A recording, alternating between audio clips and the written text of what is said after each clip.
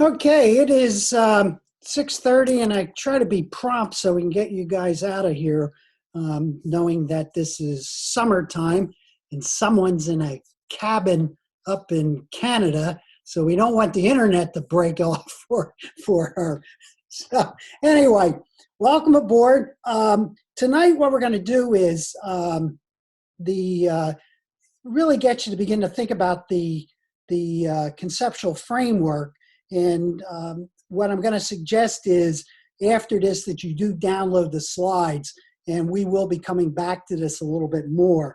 So tonight, I got two things I really want you to look at. I want you to look at the format of chapter 3 to make sure that you know where you're going with that. So, and then we're going to go into the conceptual framework a little bit. This will take some time for you to think about, not necessarily tonight, but as you look at the material that I'm giving you in the Zoom, then I'm going to print out a couple charts for you that I will post up so you're able to look at and begin to think about this more as you look at what you created in 803, and then begin to think about how you might redesign some of the parts of what you did in 803. Then I want you to integrate it into your chapter 1. So, and follow the dissertation manual on where the conceptual framework goes. And that's generally right after the statement of your questions. So with that, what I want to make sure is that again, the structure of chapter 3, and this is what we're going to be spending a lot of time on over the next several weeks, so you understand what the framework is or the structure of it is. So again, when you do the introduction to chapter 3, it's basically no more than 3 paragraphs. And as I have it there is that, you give a quick summary of the research, you restate the research questions again, and then it gives an overview of the components of the chapter, what's going to follow. So your first heading in relationship to that will be the research, design, and rationale. And here you'll talk about the introduction to the design, and it's about 1 or 2 paragraphs. And really what you do there is you specify that this is going to be a quantitative or a qualitative or a mixed method approach. So you let the reader know that right up front. And then really what you're doing is you basically put together the framework for where this is coming from. So for example, if you're using a phenomenological approach, you might talk about Moustakis, or you might talk about Van Man, or Smith, Flowers, and Larkin, who are some of the leading thinkers as it relates to phenomenology, grounded theory, and case study. And particularly in case study, Yin is the person. So if you're looking at a case study, that's really who you're going to look at in terms of structure. But what you're doing is in that little short introduction to saying, look, here's the key sources that I'm using to underlie this design. That helps the reader know that you know what you're doing, because that one of the things that will fall apart for you when you're doing your dissertation proposal defense is in chapter 3, if you can't answer the questions and demonstrate an understanding of the research design, that can get you in trouble. So now you'll have this quarter and 3 additional quarters that will help you to get deeper into being able to defend what and why I'm doing this. But I want you to make sure that you understand this. And then in the rationale section, as it states there, this should be a paragraph describing, the rationale why you're using this approach. Now, that ties back to your chapter 2, because the reason you do a literature search or a literature review is that you're making the argument for why this research is important for you. So here, in terms of the rationale, so if you're going to do phenomenological research, you'll say, well, why is this important?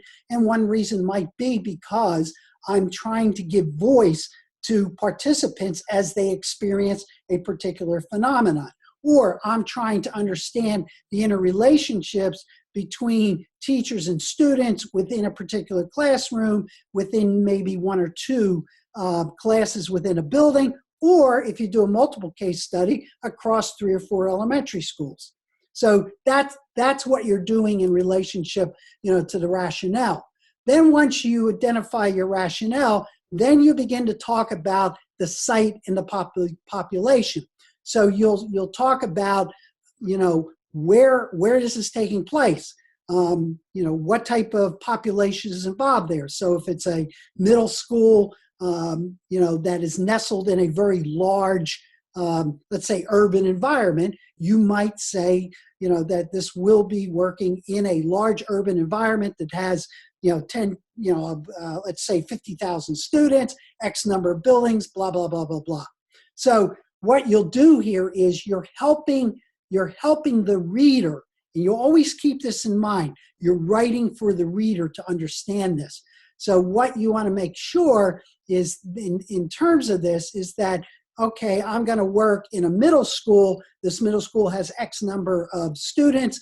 I will be working with, let's say, 50 of these kids. Or if you're doing a phenomenological study, you might say, I'm going to work with 6 students, and we're going to do a deep dive into understanding their experience. So that population description is important. The site description is important.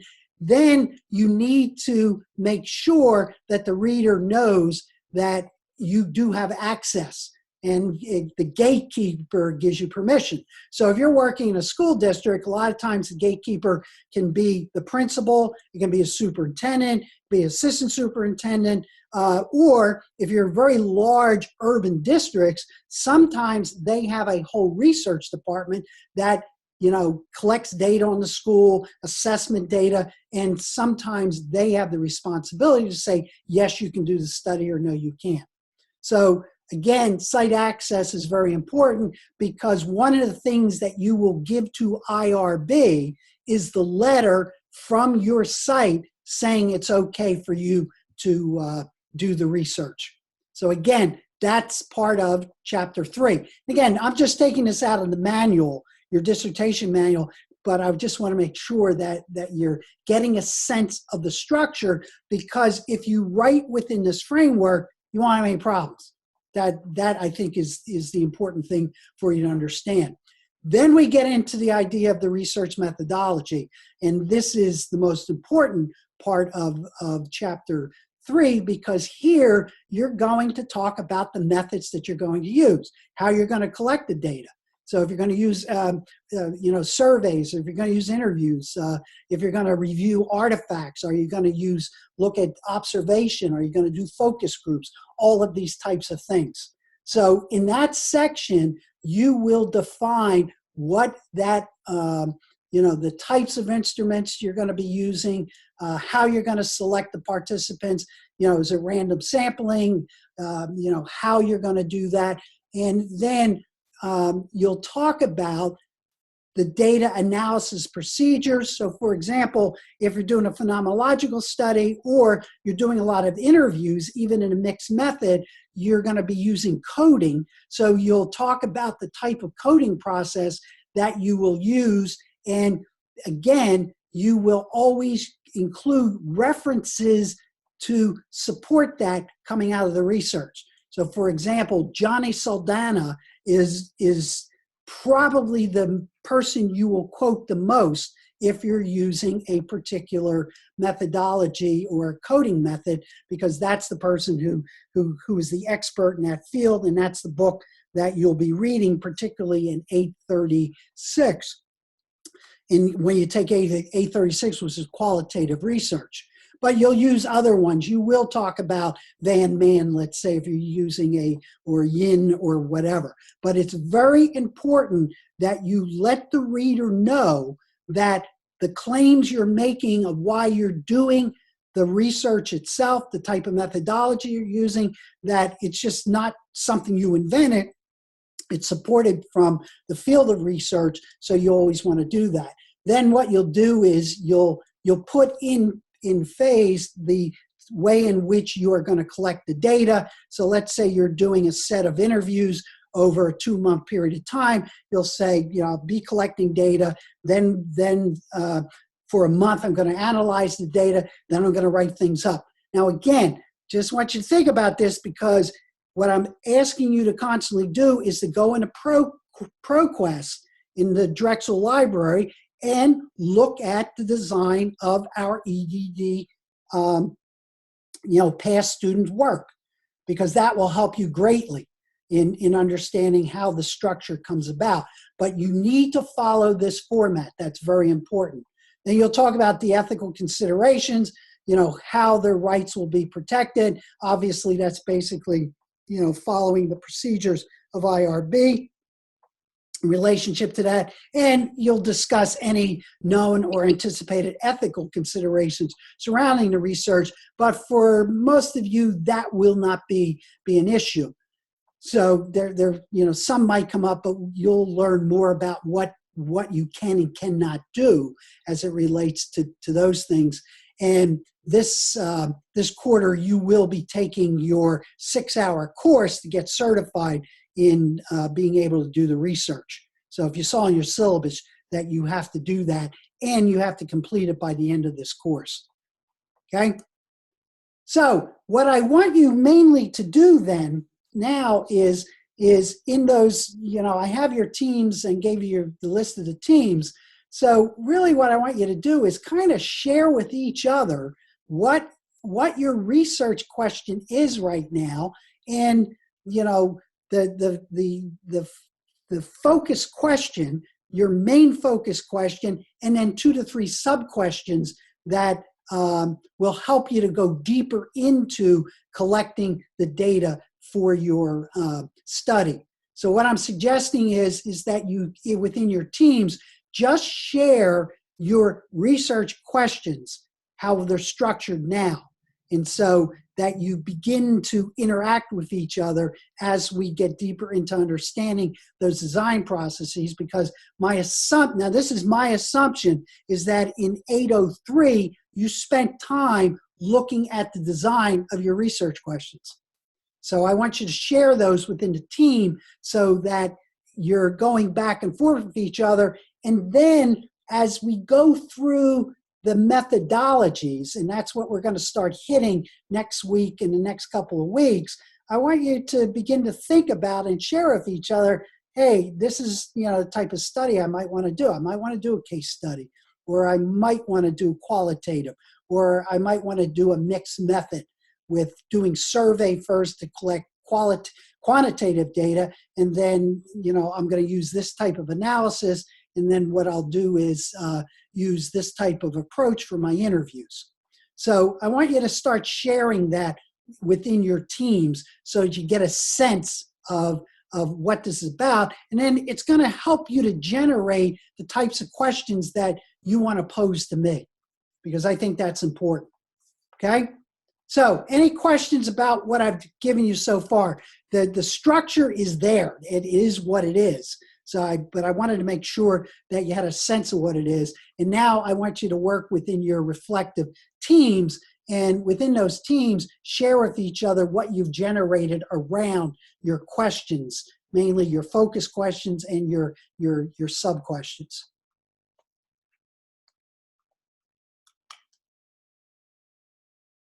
Okay? All right.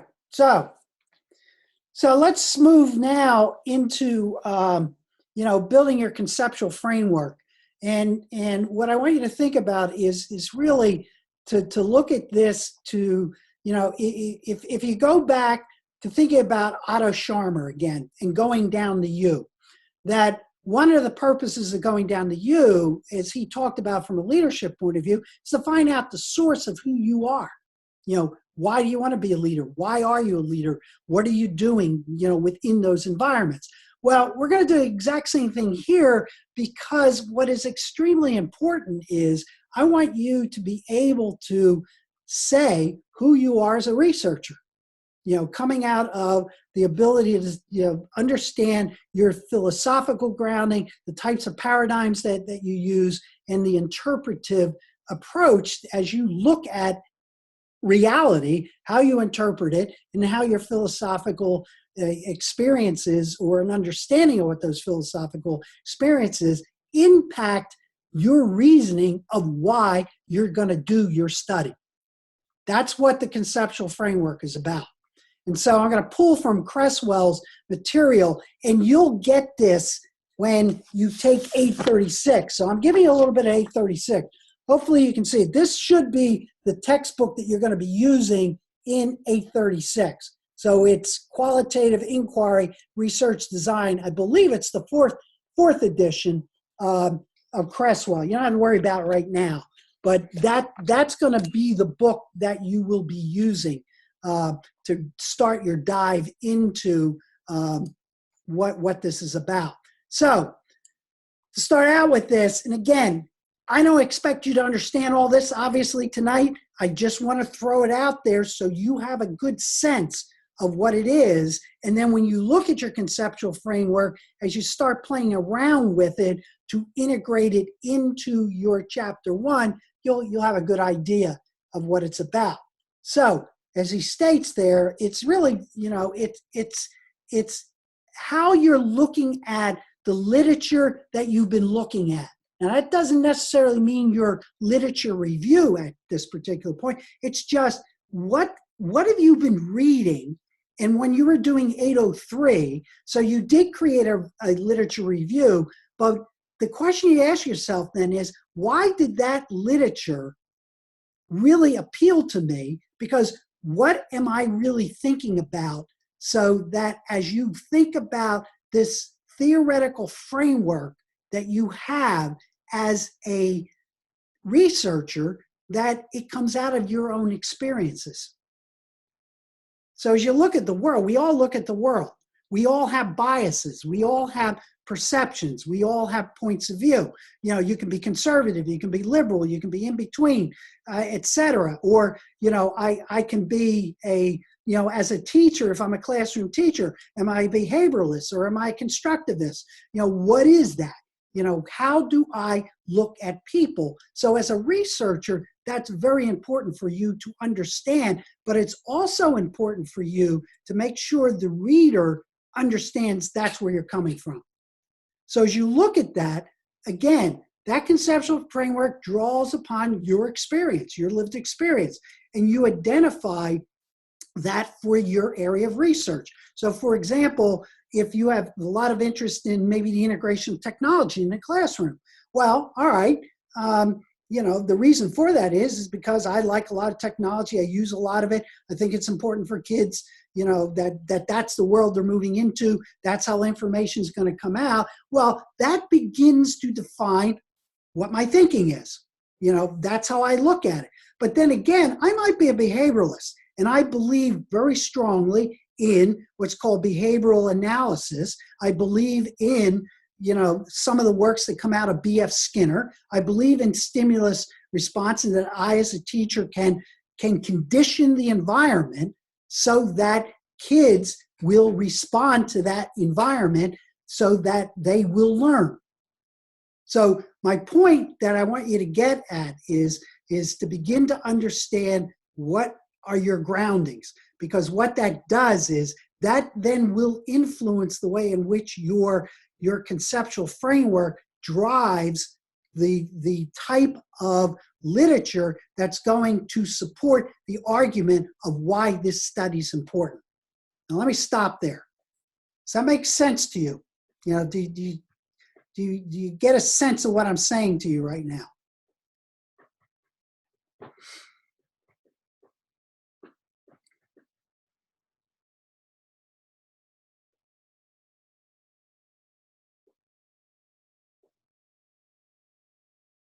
So you guys got it. All right, that's great. So just let that percolate, because as you look at this, so really what I'm asking you to do, as you think about it, is, okay, what assumptions do you bring to this study? What are your beliefs that are going to inform this study? So again, it gets back to that if the more I know about my philosophical grounding, that helps to make this study stronger. That's why the conceptual framework's there. But I push you hard on this because what I think is important about it is that to be a good researcher, at least in the framework of your dissertation, the more you understand who you are, the better you're going to defend your proposal and say why it's important. So what it also does is suggest the type of method that you're going to choose to do your study, whether it be case study, phenomenological, a narrative, mixed method, experimental design, whatever it might be. So that's why this is important. So with that then, so for example, here's an example of an individual who basically said that, their theoretical framework for the study, really is going to deal with this exploration of how technology allows kids with special needs to be able to learn. And within this particular environment, it was looking at the use of VR, virtual reality gaming within a learning environment with a group of kids who are designated as emotional behavioral disorder. Now, if you notice something, and I'm going to want you to do this, and you'll see this in most of our dissertations. So here's a statement at the bottom, giving, it says this researcher's professional activities are influenced by a social constructivist point of view, which you'll know what that's about. This view is focused on individuals seeking understanding of the world. So I want to understand how these kids live and work in this world. So the goal of social constructivist research is to rely as much as possible on the participants' views of the situation. And they believe that they are ontological because what they're attempting to do is to understand how these people are perceiving their reality through open-ended interviews. Now, when you look at that, what their perception is, a humanitic approach is a dialogue. It's a conversation and social constructivism. So that's their area. What influences the development of chapter 2 is the world of those kids, the concept of virtual play, situated cognition, and the virtual world. So Shirley Turkle's material coming out of John Seeley Brown's, dealing with Sasha Barb and his group that deals with virtual play, and then the other types of research that helps the reader in chapter 2 understand what the world of an EBD kid is about. Okay? So there's an example. There's one example of what a conceptual framework looks like. It doesn't, now this one in this study was probably maybe 3 or 4 pages long. So it's not, it doesn't have to be real long, but it has to set up to show that, where you're coming from a researcher. I'll give you one more. I think I have one more. So here's another one. So this particular person, if you can, and you have this in the slides that you'll get. So this researcher was influenced by her philosophies and interpretive frameworks that are rooted in ontology, social constructivism, and phenomenology. And she uses Cresswell to support that. From a philosophical point of view, from an ontological perspective, the researcher found unique realities for each interviewee and contained a reflection upon findings in the literature review. So again, what she's talking about is that here's my central question. These were the streams of my approach, and that I'm using what is called interpretive phenomenological analysis, or what's called IPA. And as I always caution people, it doesn't mean beer. So, because today a lot of people, hey, give me an IPA. No, we're not talking about interpretive phenomenological analysis. That's a different I wanted to get that out of the way because a lot of people always say that. So again, this is just an example. Now you might be probably sitting there looking at it like, oh my God, what is this? So what's this ontological stuff? What's this epistemological stuff? Don't worry about it. We're going to get into that. I just wanted to show you how people, when you look at other people's studies, that's why I want you to go into ProQuest. Under that, you're going to see stuff like this. You're going to see a visual representation of your conceptual framework and then words following it. Okay? So you just go ahead, please. Okay, so I just have a question because are these images similar to what we created in the last class for our? So then my question is this, because I think one of the things that I struggled with was finding these like deep theories that matched what I was thinking. Okay. So do they, because I was okay with two of them, but the third one I was really grasping at straws with. And it was deemed okay, but I'm not happy with it. It's not sitting well with me. So if I find something that's not, a theory that's based in psychology all the way back to Skinner, I can still use that if it's something that's accepted in contemporary educational society. So when I take you through this, and I want you to see if this matches up with what you guys did. So for example, did you guys study queer theory? Did you study critical race theory as part of your, so I didn't think so.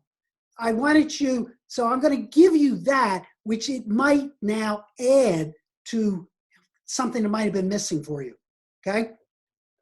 Because really what this comes out of is philosophy. It doesn't come out of education. It doesn't come out of behavioralism. So that's what I want you to understand, that this is more of a philosophical groundwork. And I don't know how much philosophy you've ever had, if you studied epistemology, if you studied, if that stuff even means anything, ontological studies. But what's important for you to understand is to at least have a basic understanding of it, and you'll see it in a couple minutes, okay? So let's see what happens. So what Cresswell recommends is that here's the questions you need to find where your source comes from. So I'll just let you look at those.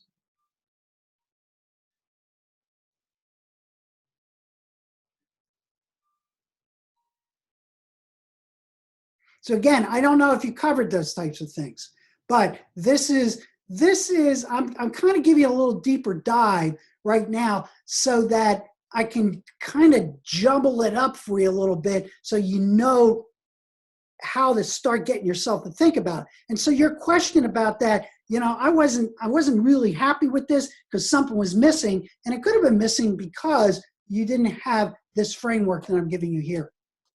That's a possibility for all of you. So where do the philosophies and the theoretical frameworks fit into the overall research process? So these are the questions that when I give you this material coming here, these are things you need to ask yourself.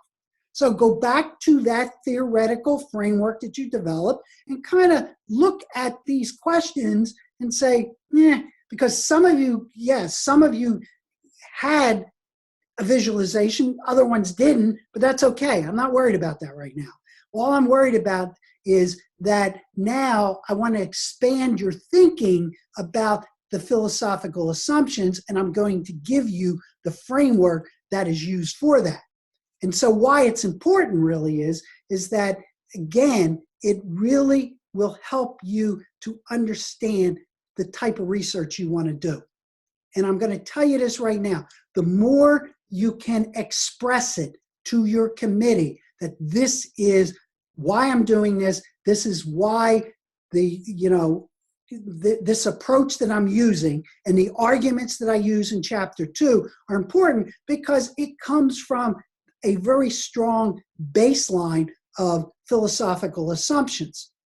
And that's important because that's why that that theoretical framework becomes a very important research tool for you because it really helps you to understand who you are.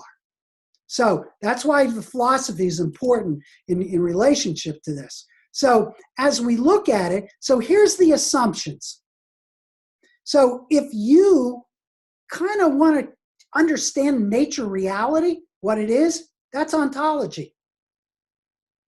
Okay? So that's an ontological point of view, that I want to understand where reality comes from, what it's about. But then again, you know, how do I understand the development of knowledge? Where does knowledge come from? So how a researcher knows what they know, that's an epistemological point of view. So I'm studying knowledge. Ontology looks at reality. Epistemology looks at the creation of knowledge. Where does it come from? You know, so if you're doing a research study and you want to kind of understand how people develop their understanding of something, then that's an epistemological point of view. And that's what you want to study. If you want to understand how people look at and create the reality, that's an ontological point of view. Now, if you're interested in where values come from, that's axology. So that's that point of view. So if your interest in terms of research is you want to see how people develop their values and their belief structures, that's where it's coming from. Now, if I'm very interested in the language of research, and that's rhetorical. So again, that's what I'm looking at. And if I'm trying to really understand the process of research and how the research comes about, then my assumptions are I'm looking at methodology. So these are the basic assumptions that you're working from. And I will tell you, the majority of your colleagues in the past generally fall in the first three. Their studies are looking at how people perceive reality, how they construct knowledge, or how they generate values, whether it be, like for example, I had a student trying to understand what's the reality of a seventh grader who's retained in seventh grade. So they studied that. They wanted to know, how do they experience that reality? What is that reality of retention?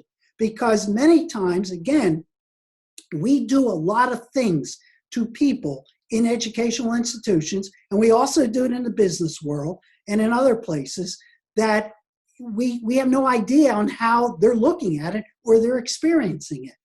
Now, the way I said that automatically sets up in your mind that there's certain types of methodologies that will get to that and be able to allow you to do that. So again, just briefly, these are the philosophical assumptions. The ontology, epistemological, and the axology are probably the ones that you're going to migrate more towards. The other two, they are there, but I don't see many of you doing research into understanding the process of research. Now, maybe some of you might. So that's where it is. Okay? So that's that. So when you look at these assumptions in relationship to practice, so ontological, so the questions that you're going to ask, and again, this chart you'll be able to download in the slides, is you're asking is what's the nature of reality? So the characteristics is that reality is multiple, is seen through many views. So look at us today in terms of the political reality of the world in which we are in the United States of America. There are multiple realities on how we look at the political system. So the implications then for practice is report different perspectives as themes develop in the findings.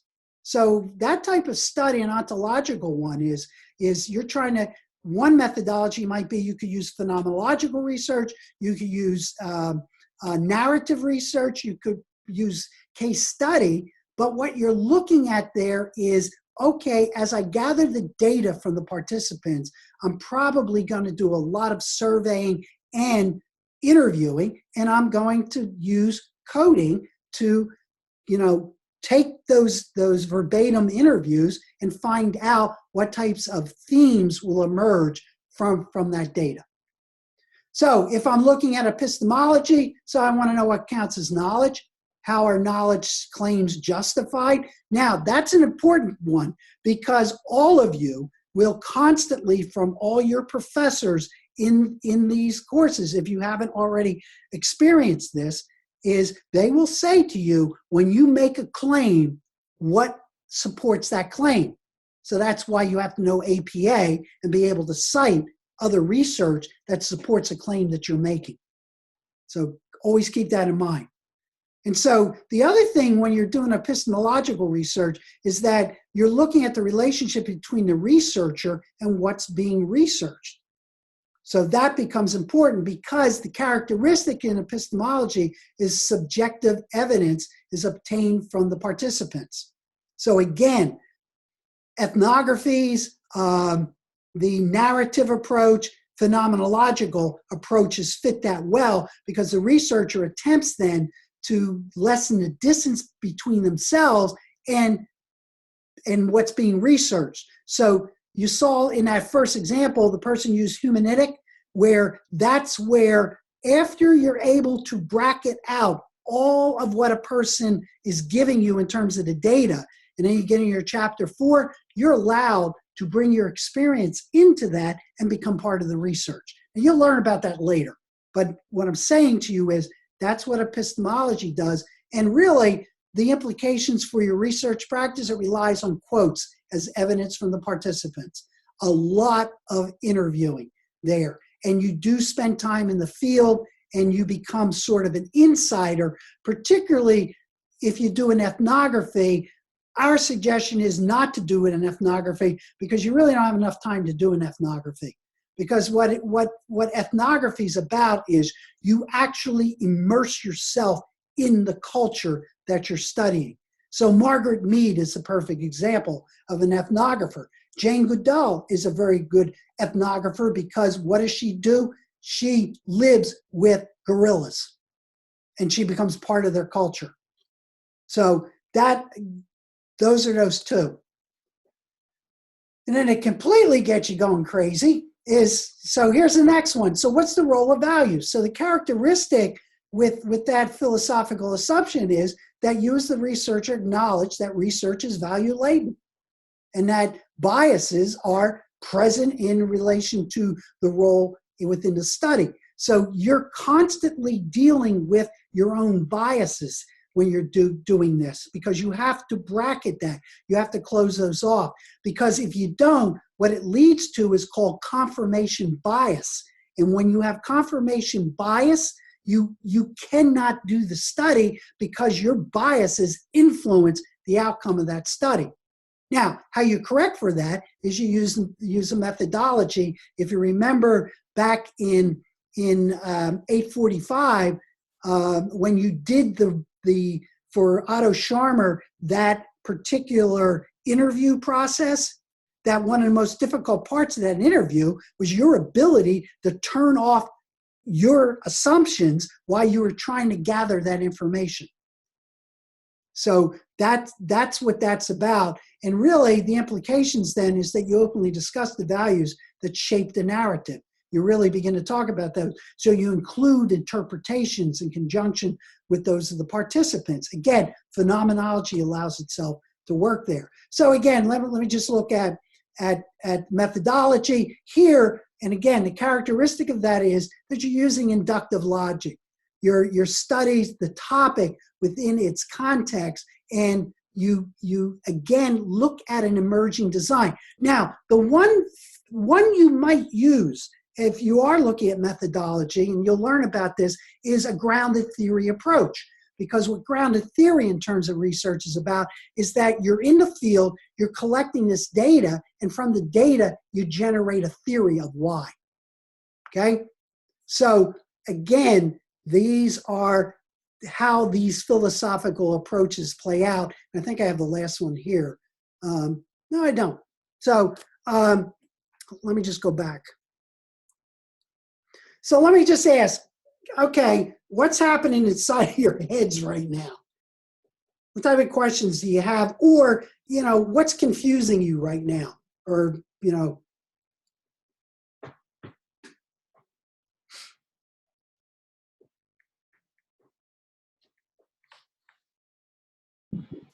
So I have a quick question. Yeah, go ahead. So pretty much, the conceptual framework is, I guess, how we connect ourselves to the research. Yep. Okay. Yeah, coming from, understanding who you are and how that basically really drives the research. Okay? I got you. That makes a lot of sense. All right. So that's what you're looking at in terms of the overall philosophical assumptions. So when you look at the slides, those two examples, you saw those individuals defining who they were, and both of them talked about ontological and epistemological. So what it tells you is that the studies are trying to understand the reality, or the studies are trying to understand how the knowledge within that study is being created. So if you really think about it, you're going to love this statement. It's pretty simple. It's just finding out what lens you carry in your head. So go back to 801 when you were doing the 10 Faces of Innovation. So again, that was designed to help you to kind of think about what's the lens I use when I'm in creative environments. So again, we use that framework that came out of Kelly's book on his experience of working with entrepreneurial, creative, innovative people. So that was a lens for you to think about. Well, what I'm giving you here is, here's the philosophical lenses that you kind of got to get a sense on. And I'm going to tell you something. You're not just one of these, because you'll find yourselves kind of, whoa, I kind of feel like I'm a couple of them. It's okay. That's fine. But when you're doing a research and you begin to think about that, what will narrow it down for you is the more you understand the construct of the research design. So am I using a case study? Am I using experimental design? So when you go back into, Cresswell's big book there, and you look at all those chapters on the designs, that's what they're about. Those designs are the reflection of how you do the practice of your research. Does that make sense? That makes a lot of sense. Thank you. All right. Okay. So let me get to the next slide. So let's. Dr. Gould, Yes. Please. real quick before you leave the assumptions. Okay. So I just want to make sure that I'm following along, just so that when we're done, I don't have questions I forgot. Okay. So we go back through and we, because next week we have our chapter 1 rewritten due. Yeah. So as we go back through and we work at fixing our conceptual framework, we should be looking at adding in these philosophical assumptions that apply to us and how we see ourselves worked into that framework. Is that correct? Yeah. Yeah. Okay. That's basically what it is. And again, as I said to you, make sure if you get a chance, just jump in to, ProQuest and just take a look at a couple of them. And that's all, and they're all in the first chapter, obviously, just so you get a sense of what it is. And then do that. And then I'm going to look at those and I'll say, yeah, okay, that's pretty cool. Keep building on that. And here's some suggestions on what to do with it. So I'm mainly, when I get that chapter 1 from you, I'm going to look at, the main thing I'm going to look at is your questions. And then I'm going to look at the flow into where your conceptual framework is, because you did not have your conceptual framework integrated in. I want to see how you integrate it in to the flow of chapter 1. Okay? Everybody got that? Now, again, this is not the finished product that you're giving me. All right? It will give me, you're getting a little bit more information, so okay, I'm going to tweak this a little bit more. My sense is it might not change your chapter 2. So if you want, you can give me chapter 1 and 2 together. You don't have to, but if you want, because I don't necessarily will see your chapter 2 changing that much. It might, but if it does, then you know what you got to do. You got to go in and maybe change some of that research that you're looking at. But again, here's the other thing I want you to think about. is this is week, 12 of your first foray into research. You have a lot of weeks coming down the road beyond this class because you got 835, you have 836 and 837. And then you have all your other courses that will actually work and make this thing work more and more that you're developing now. Because I'll guarantee you that what you give me by the end of week 10 will most likely change after your next couple of courses. Not necessarily the study or the direction you're going, but the way in which you rewrite it and keep adding to it. Okay? So look at this as a journey process. What you're giving me is just a piece of the road. And I'll give you some comments back on that piece of the road. But so, Dr. Joe, yeah. If we submit chapter 2 without chapter 1, will you give us feedback on chapter 2 Yeah, also? I'll see. Yeah, the main thing I'm going to look there is how it flows, and I'll look through it quickly to see, do you have enough stuff, not enough stuff, whatever. Now, did you get that type of feedback on chapter 2? Not much. Okay, all right, that's fine. Okay, just so I know. So I'll look at it. Now, again, what I'm going to look at, I'll tell you this right now, and this is why the graphic, that I do want you to make the graphic in your conceptual framework. So I use that flow from chapter 1, from your theoretical framework, into your streams. And then I'll look see, okay, yeah, it's pretty consistent. Maybe you need to add a little bit more here, etc. That's what you're going to get back from me. Okay? Okay. So let me really screw up your heads. So, interpretive frameworks. So what we're going to be looking at is the next thing you got to think about. Again, as I said, so you got the theoretical assumptions, but the next thing is the interpretive framework that you look at things. So most of the major research paradigms are not just limited to these, but these are the big ones. One is post-positivism. What that is, that if you have a analytical mind and you're mathematically oriented, and the scientific approach to the research is very important to you, you probably are coming out of an interpretive framework that is post-positivism, okay? It comes out of the works of people like Bertrand Russell, all right? Very scientific approach. So all you need to know is, okay, all right, think about that. You can go into Cresswell, take a look at that. That's one of the major paradigms that are available. Now, you heard, or when I read to you those two, both of them talked about social constructivism. And so really what a social constructivist tries to do is to seek to understand the world that an individual creates. All right? So if you're trying to understand how your participants are creating the world around whatever the event is that you're studying, your tendency is probably you're a constructivist. So again, constructivism comes out of the works of people like anybody? Who's a major theorist around constructivism? Begins with a P. And his first initial's J.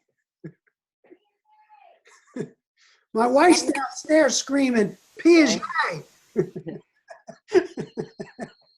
Yeah, so Piaget, or Vygotsky, if you think about Vygotsky, or today, it's people like Seymour Papert, or it's people like John Seeley Brown in the whole field of constructionism, which if you follow the works of Yang Zhao with his product-based learning, that's constructivism. Or if you're a STEM person, or if you are a person who has maker spaces within your school, that's constructionism.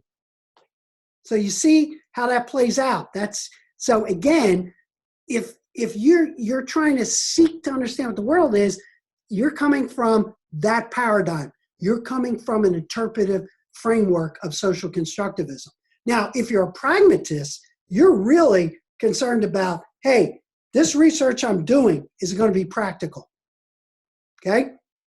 So, okay, I'm a pragmatist. Then the other one are, what's called the transformational frameworks. Knowledge is not neutral, and the purpose is to aid people to improve society. So this is where social justice comes from. My study is trying to deal with social justice, and you're going to see where some of the underlying frameworks of social justice emerges from. So again, for a lot of you, I would think that, some of you, if you want to do quantitative research or a mixed methods approach, and you really want to get into that, you're going to be a post-positive point of view. If you're really trying to understand, like, let's say you want to go in and you want to understand how maker spaces are increasing students' ability to apply content across disciplines, well, you're probably looking at a social constructivist point of view.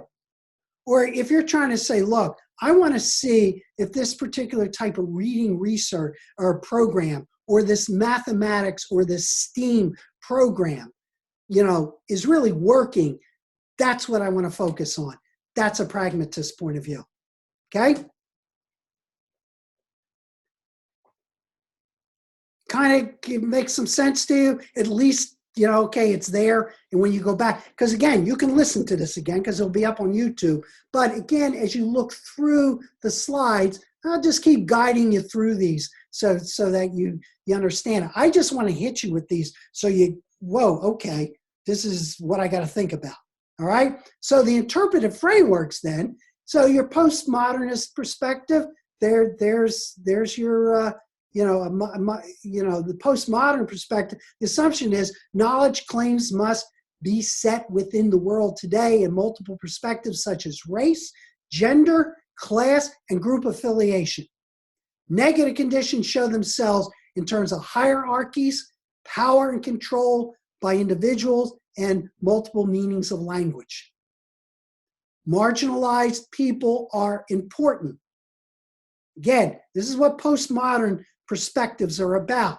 Meta-narratives or universal span social conditions that there is a lot of issues that we have to look at. So if you look at poverty, and you look at it from a world perspective and what it does to learning and et cetera, these are the perspectives that we're working in now, and that deconstruct text in terms of language to learn about the hierarchies, oppositions, and conditions. So, for example, the influence of information technology. So, what's the impact on fake news on kids understanding social studies today? That might be, that's a postmodern perspective you might be very interested in looking at. And so how do you deconstruct that approach? So that's one. Now I'm going to go through these, and your head's going to spin a little bit, but that's okay, because you'll come back to these and look at these. And the more you look at them, you'll probably get a sense. So under that postmodern, the types of theories under social studies, there might be many theories of leaderships or attributions and political influence and control and other possibilities that are taught in the social science disciplines. So for example, when you took the courses in 800 and 830 and 845, and you read what was the other book you read with Sharma? What was the anthology? Who was the author that set that up? I'm blocking their name right now. So remember, you read all those gurus in theories and in your 836 or your 845 course? Covey? Pardon me? Not Covey. Not Covey. No. The book you read with Theory U. Was that Oh, Drive? Was that Pink? No, Gallows. that was in 801. It was Gallows. Gallows, thank you very much. So Gallows gave you a lot of different theoretical points of view about leadership. So really what you're interested in is, so let's say you're trying to study how principals influence teachers' behavior in a classroom through observations. So, you're probably coming from the idea of social sciences. I want to understand how leadership really impacts, or how, leadership impacts control of individuals within a class. Would that be Foucault, for example? Tell me why you think that. How he compares the school to the prison to the hospital. Oh, yeah. Well, I'll tell you, that's interesting, because now that moves in. You might really be looking at, again, don't look at these as separate entities into themselves, because that one might be really, how do you bring about change to address social injustice? So when they're talking, what are they talking about? Schools are like prisons, etc. They're function that way. So what do they do in relationship to the way in which they shape behavior of people, and what do we have to do to change that to get societal change? So that's social justice. Now, you're going to see how social justice comes into play. Now, the reason I'm giving you this, you need to think about this, because some of you might be doing some research that is really being driven by something, again, where, remember you asked me, you said, it doesn't feel complete in relationship to what I was doing. Well, maybe it's because your theoretical framework's not there. Now watch what else comes up here. So how about feminist theories and critical theories? So let's say that, and it's something, I'm thinking about more, because I'm not sure I have enough in those leadership courses that are dealing with feminist theory in the development of female leadership. Because most of the stuff I give you is driven by what? What perspective? Male. Male. That's what we got.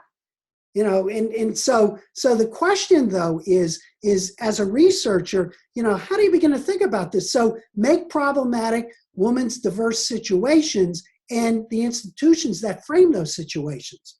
So what's the terminology that we use about women, rising within an organization? Glass ceiling. Yeah, glass ceiling. So again, gender domination within a patriarchal society. So if you have interest in that, and the reason I'm pulling these out, and this is what Cresswell says, these are important for you to think about, because they probably might be driving some of the reasons why.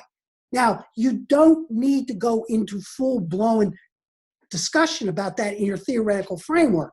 What I'm giving you this is to think about this, because if you are looking at your research from a feminist point of view, because I've had students who are looking at how, male father figures were absent in African American family structure and what it did to African American girls. I've also had some students look at that. Now you're going to see that it's going to come under critical race theory, which you'll see in a couple minutes. But it also, it might be driven by feminism, which is, something you might not even realize, hey, this is what I'm thinking about. So as a researcher, yeah, you got to surface this. So critical theory, assumptions, empowering people to transcend the constraints placed on them by race, class, gender, and power differences. Now, if you think about that, you're going to see where that's leading. So I have had students dealing and did studies on transgender kids in high school and how they have to, deal with that. Well, part of that comes out of critical theory that really begins to look at how do we empower people to overcome these constraints because of race, class, gender, or power differences. And so scientific study of social institutions, their transformation, that becomes important. So again, why were you given 800? So what 800 help you to understand is the structures within social organizations. What do they do to people? Remember the statement I've always said to you guys, structure shapes the behavior of people over time. So if you're interested in understanding how structures create historical problems of domination, alienation, so how do certain people get alienated? So think about movies such as The Breakfast Club, about high school kids or things of that nature. Or my two favorite movies about school are Ferris Bueller's Day Off and Napoleon Dynamite. So if you think about those, they're talking about alienation and a social struggle that kids have or other groups within a society. So that's where critical theory comes from, but it breaks down a little bit more. So what you get is critical race theory. And so here, really, if you really want to present stories about discrimination from the perspective of people of color, then use a case study description there's where you as a researcher who's interested in that. So for example, we have a special cohort that has special ed teachers from Philadelphia and DC. And I will tell you, every one of those, and I just finished their 810 course with them, all of them are working off of critical race theory because most of them say that the way in which special ed is designed in large urban school districts definitely discriminates against African American males. And they look at. So as a researcher, they're coming from a critical race theory. So in practice, what they're looking at, race and racism is in the foreground of all aspects of their research. And what's interesting about it is as they pull this stuff together and they're talking about going to get the gatekeeper, I told you about in chapter 3, you got to identify who's going to give you permission to do this. Some of their studies, they're really concerned about it. They themselves can get in some serious trouble because of what they might unearth because of that, because of these types of studies. And that really, in practice, what they're going to do is, if through their study, is try to offer transformational solutions if racial, gender, and class subordination to kind of how do we deal with the types of discriminations that come through the systems that we work in. So if that's your perspective, you're coming from what's called critical race theory. So here's a couple of the other ones. Queer theory. So what, it always blows my mind that that's the terminology. Queer theory. So what you're really dealing with, it allows, as it says, allows for other social elements, including race, class, and age, to interface with this idea of individual identity, who I am. And again, it's a binary, distinctions are inadequate to describe sexual identity. So I've had several students, and when you go in and look at our studies that have been completed, you will see a lot that deal with, with the different communities that are within our K-12 environments that deal with gender identity.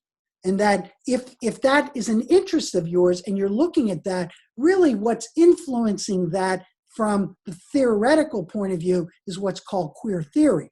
And what you would do is the type of research or the type of literature review is driven by queer theory. The other one is disability theory. So here the assumption is addresses the meanings of inclusion in schools and encompasses administrators, teachers, and parents who have children with disabilities. So again, if you go back to 1977, that's the first year that 94-142 was implemented, and that's when the rights of special ed kids were addressed in this country through federal legislation. Because up to that point, you would put kids in closets, you would put them in asylums, you would put them in segregated schools, etc. So that came out of disability theory. But again, it emerges from the whole underlying concept of social justice. So if that's where you're working from, and again, this is why, I'm kind of taking a deep dive so you can begin to think about this, where you're coming from. Now, tomorrow you don't have to say, well, this is who I am. No, I just giving you the framework so you can keep thinking about this as you look at your literature review, as you look at the design of those things that you're looking, to use for your methodology, that you're doing it because of your understanding of who you are coming out of these points of view.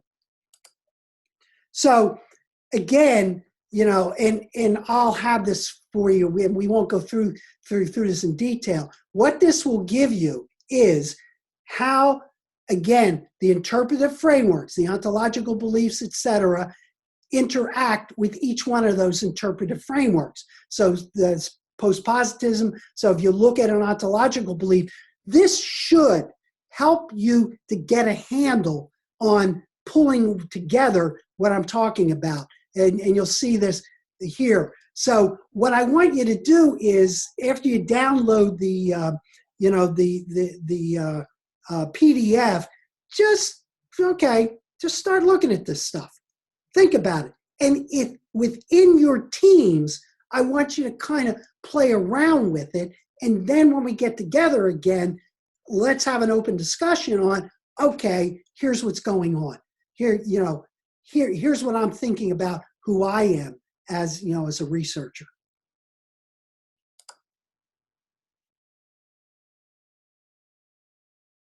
Yeah, we don't have to worry about that right now. I just had that in for no one. So, comments, questions, thoughts. What's going on inside your head right now as it relates to this? You will have this in your thing on the lit review, which we're not going to cover tonight, but it's there for you. So, what's happening? I just think this has been very helpful for me, especially that chart that you just showed. So just a big thanks. Okay. Yeah, I'm hoping that it does, at least, it can be very confusing.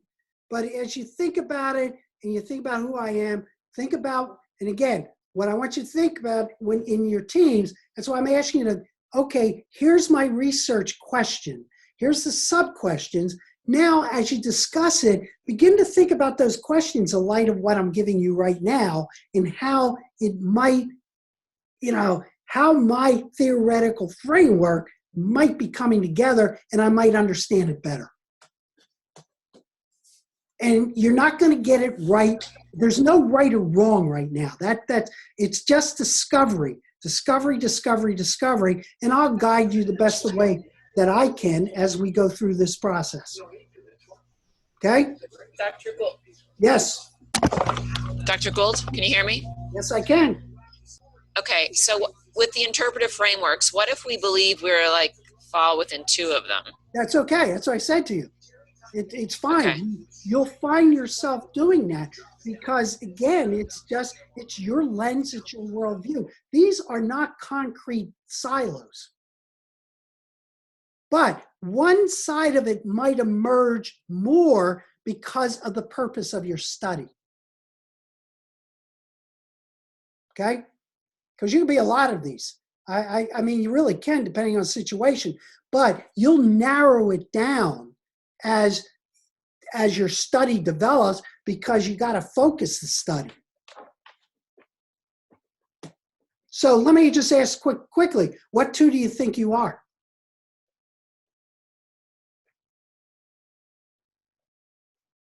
Fair. Well, I mean, post-positivism, I want to do a mixed method study. So I want to look at the data. So that's why I was thinking post-positivism. And then social constructivism, because I want to understand through a focus group students' reactions to school connectedness. Yeah, that's good. There's, as I said to you, you're not just one thing. I mean, you have, different points of view, but the study itself will migrate you towards one more than the other, probably. So go back and think about what you did in 80, when I had you in 801 doing, okay, look at those 10 lenses, tell me where your strengths are, and tell me what are the ones you got to work on. Same thing. So, you know, your major strength might have been a set designer or the anthropologist, whatever it might have been. But again, as you think back about how you worked in your team, which one seemed to emerge more because of the construct of that team? And different roles emerged. Some days you were a set designer, other days you might have been the anthropologist or whatever. Same thing with this. Does that help? Okay.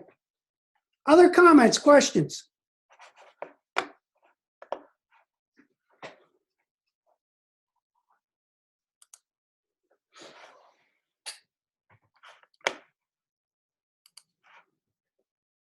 So, if there be none, I will say to you, make sure you download that. You know what your next assignment is, what's going on. And when you get in your groups and you talk about this, and if you process this and you have some questions, as you begin to think about this a little bit more, you know what the routine is. Just, email me or text me or whatever. So we'll go from there. But again, I want you to think about this as when you hand in that revised chapter 1, you're not handing in a finished product. You're handing in, here's where I am right now. Okay? Because you're going to keep evolving. It's a journey as you move through this process. You will get better and better as you get more feedback from different professors. All right? So that's it. So I'll say goodnight to all of you right now. I will be the last person on and go from there. Night. Good night. Very helpful. Okay, good. Thank you. Good night.